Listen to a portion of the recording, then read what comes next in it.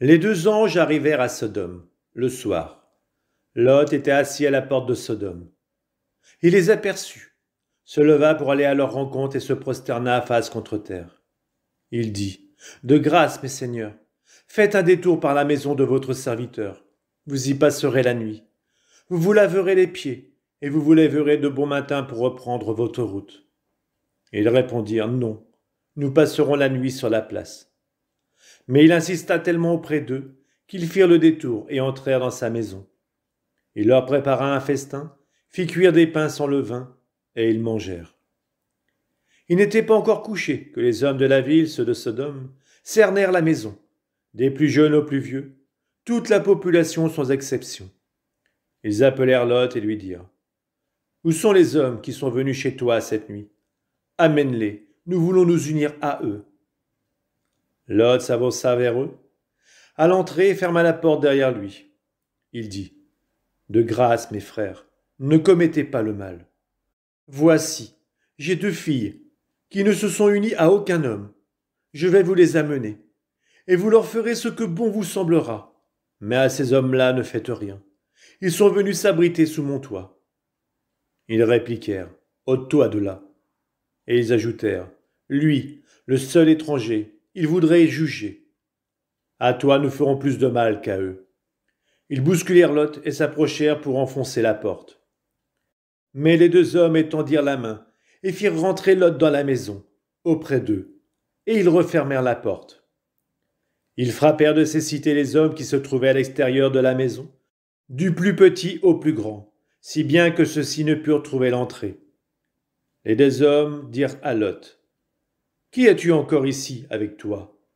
Gendre, fils, fille, tous ceux qui sont avec toi dans la ville, fais-les sortir de ce lieu, car nous allons le détruire. Elle est grande à la face du Seigneur, la clameur qui s'est élevée contre ses habitants, et le Seigneur nous a envoyés pour détruire ce lieu. » Lot sortit parler à ses gendres, ceux qui allaient épouser ses filles, et dit, « Debout, sortez de ce lieu, car le Seigneur va détruire la ville. » Mais aux yeux de ses gendres, il parut plaisanter. À l'aurore, les deux anges pressèrent Lot en disant, « Debout, prends ta femme et tes deux filles qui se trouvent ici, et va-t'en, de peur que tu ne périsses à cause des crimes de cette ville. » Comme il s'attardait, ces hommes le saisirent par la main, ainsi que sa femme et ses deux filles, parce que le Seigneur voulait l'épargner. Ils le firent sortir et le conduisirent hors de la ville.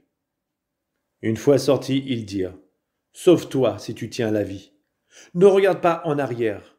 Ne t'arrête nulle part dans cette région. Sauve-toi dans la montagne si tu ne veux pas périr. » Lot leur dit, « Non, je vous en prie, mes seigneurs. Votre serviteur a trouvé grâce à vos yeux, et vous m'avez fait une grande faveur en me laissant la vie. Mais je n'ai pas le temps de me sauver dans la montagne. Le malheur va me rattraper et je mourrai.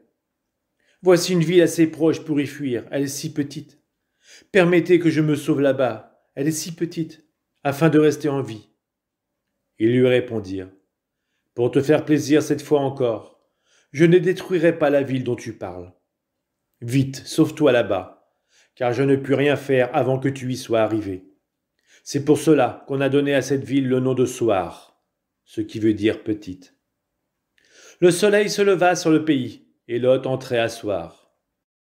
Quand le Seigneur fit tomber du ciel sur Sodome et Gomorrhe une pluie de soufre et de feu venant du Seigneur. Dieu détruisit ces villes et toute la région, avec tous leurs habitants et la végétation. Or la femme de Lot avait regardé en arrière, et elle était devenue une colonne de sel. Abraham se leva de bon matin pour se rendre à l'endroit où il s'était rendu en présence du Seigneur. Et il regarda du côté de Sodome, de Gomorrhe, et de toute la région. Il vit monter de la terre une fumée semblable à celle d'une fournaise. Lorsque Dieu a détruit les villes de cette région, il s'est souvenu d'Abraham, et il a fait échapper Lot au cataclysme qui a détruit les villes où il habitait. Lot monta de Soar pour habiter dans la montagne avec ses deux filles. Il craignait d'habiter Soar, et il vécut dans une caverne avec ses deux filles. L'aîné dit à la cadette, « Notre père est vieux, et il n'y a pas d'homme dans le pays pour venir à nous, comme cela se fait partout. Allons, faisons boire du vin à notre père, et couchons avec lui. Ainsi, grâce à lui, nous donnerons la vie à une descendance. Elles firent boire du vin à leur père cette nuit-là, et l'aîné alla coucher avec son père, qui ne s'aperçut de rien, ni de son coucher, ni de son lever.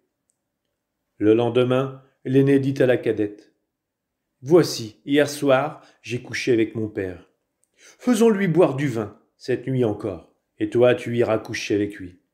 Ainsi nous donnerons la vie à une descendance issue de notre père. » Cette nuit encore, elles firent boire du vin à leur père. La cadette se leva et alla coucher avec lui. Il ne s'aperçut de rien, ni de son coucher, ni de son lever.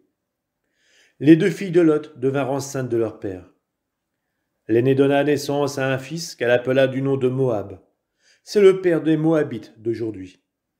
La cadette, elle aussi, donna naissance à un fils qu'elle appela du nom de Ben-Ami.